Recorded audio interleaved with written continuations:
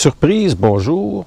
On s'en va ce matin marcher dans le sentier du Piémont à Saint-Hilaire, une belle marche que je vais vous présenter. Alors pour ça, il faut aller chercher la bicyclette. Et la bicyclette, ma foi, elle m'attend dans le garage. Alors on va aller chercher la bécane et ainsi on va pouvoir se rendre au sentier ensemble. Alors durant le trajet pour atteindre la montagne, on doit pédaler quelques coups à travers le parc et apparaît la montagne. Ce matin, on est vraiment gâtés. On a une superbe matinée. Alors, voilà la montagne qui se dresse. Vraiment un ciel immaculé.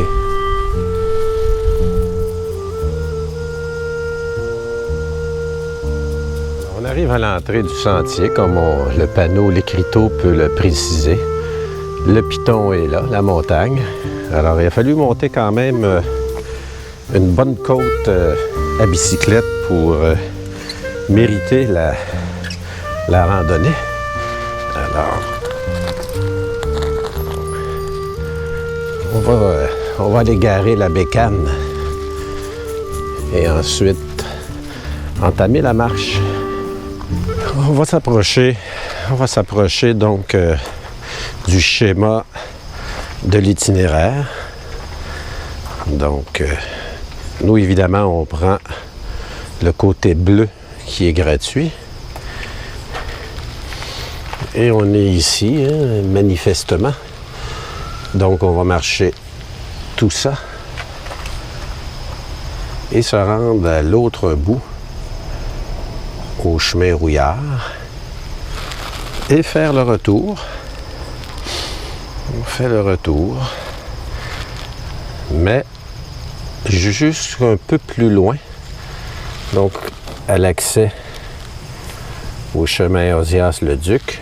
On va faire la petite boucle qu'on dit payante, mais ça va. C'est surtout quand on poursuit par là qu'il faut vraiment montrer patte blanche. Nous, on va faire la loupe et on va donc revenir à la rue Accès des Plateaux. Alors, c'est notre itinéraire et on est parti.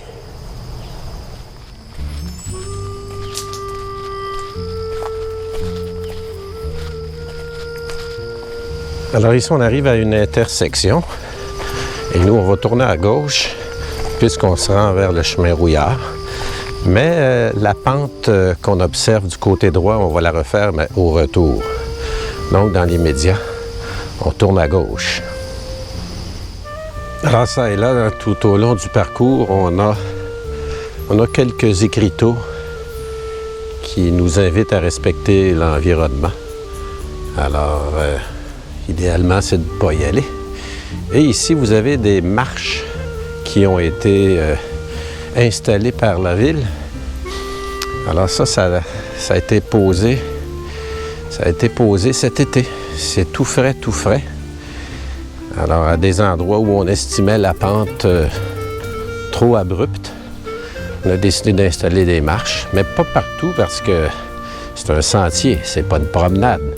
Si c'était une promenade, évidemment, le sentier serait nettement mieux aménagé. Alors, habituellement, ces marches, je les monte au petit trot. Alors, vous voyez que la pente se poursuit et notre marche également. Alors, ici, depuis quelques semaines, les gens accumulent des espèces de totems inuits, des structures inuites. Je ne suis pas un spécialiste en culture inuitienne, mais je pense que ce sont des espèces d'obélisques nordiques, passez-moi l'expression. Et soudainement, les gens se sont mis à en rajouter.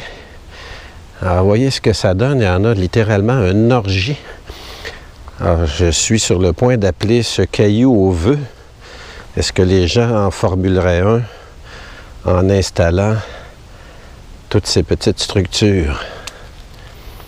Alors, vous voyez qu'il y en a une orgie.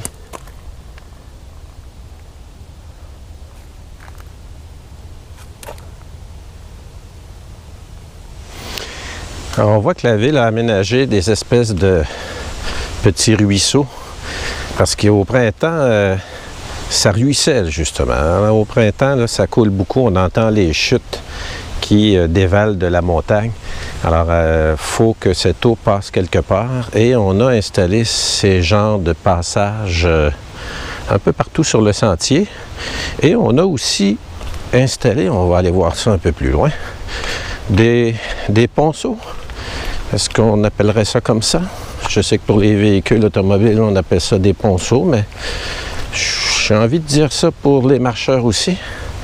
Alors là aussi, dans le but d'enjamber ce qui est rempli d'eau au printemps ou lorsqu'il y a un orage avec des pluies diluviennes, pardon. Alors, vous voyez ici, on est vraiment dans une section où il y en a plusieurs. On a mis un petit banc là. Et ici, on en a un autre ponceau. Alors, toujours en direction du chemin Rouillard, on poursuit notre marche et j'attire votre attention tout à fait en haut. C'est peut-être un peu loin, mais on peut deviner une paroi rocheuse très pâle. Il y a des gens qui s'adonnent à l'alpinisme l'hiver, même si c'est interdit. Mais c'est quand même une belle activité. Et ce caillou, cette paroi rocheuse est la dernière à céder ses glaces au printemps. Et on dit que les agriculteurs attendent justement que la glace soit totalement fondue pour mettre leur champ en culture. Alors, on a baptisé cet endroit le Cheval Blanc. Donc, visible quand même de loin en auto quand on approche de la montagne. Le Cheval Blanc, qui est donc un terrain de jeu l'hiver pour les adeptes de la grimpe de glace. Ouais. Voilà, chemin Rouillard. Ici, des gens se sont activés, des travailleurs, hier et avant-hier, et ont aménagé, c'est bien, une classe extérieure, donc qui va servir aux différentes institutions scolaires de la région pour ceux qui voudront donner un cours en plein air. C'est bien. Alors, on dit qu'il y aura des hamacs à droite, un tableau éventuellement du côté gauche. Alors, les élèves pourront suivre un cours et beaucoup plus haut, j'ai aperçu d'autres matériels que là, je ne peux montrer. On dit qu'il y a un autre projet à cet endroit. Alors, voilà pour la classe extérieure. Au printemps, on n'oublie pas son chasse-moustique.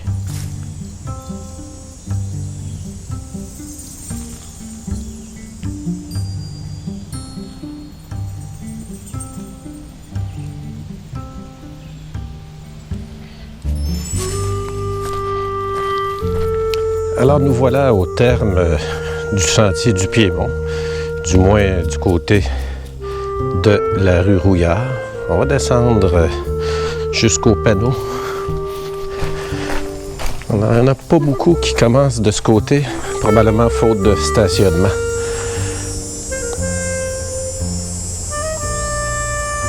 Les cigales sont heureuses. On a affaire à une journée qui s'annonce caniculaire.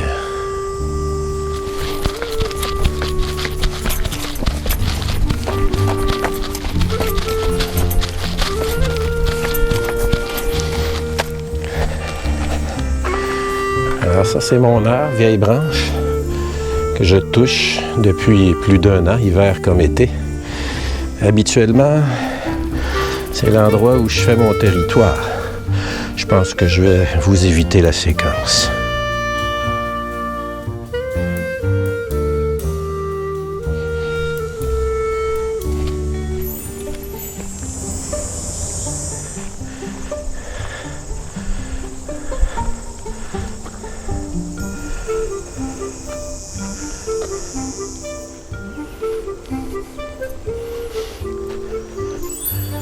Petit ponceau. On voit le ruisseau très paisible, mais à nouveau, je vous signale qu'au printemps, ça dévale. Le débit n'est pas celui que vous observez. Non, pas du tout.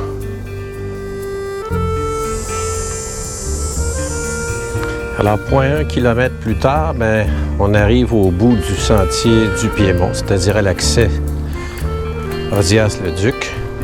D'ailleurs, on entend malheureusement la circulation sur la rue du même nom parce qu'on est vraiment pas loin. Alors ici, on va faire preuve d'une très légère délinquance parce qu'on va tourner à droite et on accède de cette façon, comme vous le lisez tout à fait en bas, à la réserve naturelle Gault qui impose un frais. Mais nous n'en avons pas. Mais cette petite boucle, on tolère la délinquance parce que on n'est pas réellement à l'intérieur de la réserve. La réserve, on y accède par une autre fourche qui est un peu plus haut et que je vais vous montrer dans quelques instants. Là, ici, c'est quand même plaisant. On a un puits de lumière et l'odeur des herbes enivre. Très agréable ici. Et s'il y a eu une pluie récente, évidemment, les parfums sont amplifiés. C'est vraiment agréable. Alors, on va de nouveau entrer dans la forêt. On s'en va vers la fourche. OK. Alors ici, vous pardonnerez mon souffle court. Je viens de monter une petite côte. On arrive au ruisseau maléfique. Je l'appelle le ruisseau maléfique, qui vraiment ne le semble pas présentement.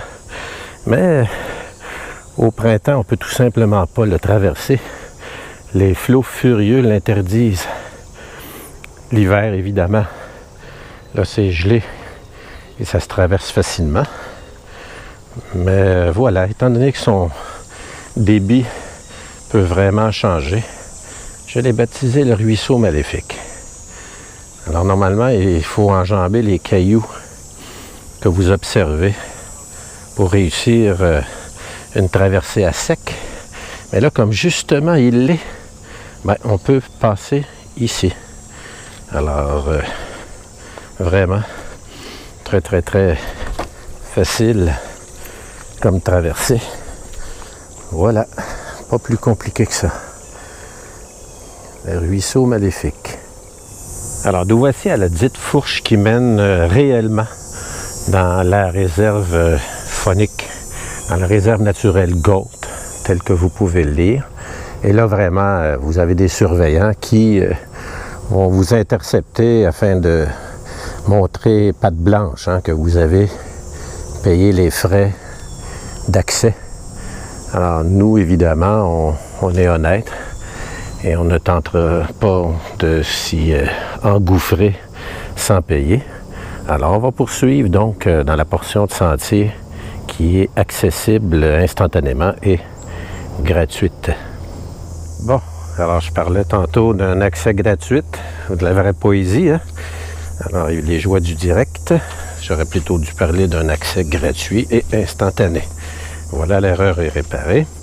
Alors ici, on a une petite descente assez abrupte et il faut toujours se méfier un peu du petit sable sur les pierres parce que ça peut les rendre glissantes comme de la glace. L'hiver, nécessairement, il faut des crampons, ce que j'ai en ma possession. Mais l'été, ben, faut quand même se méfier du petit sable. Alors, on peut s'amuser à gambader. Alors voilà ce à quoi ressemble la descente. Alors on arrive à notre point de départ. Et notre fidèle canasson nous attend. Et là, on va avoir une belle côte à descendre qui sera la récompense pour baisser la chaleur. Alors voilà, c'était le sentier du Piémont.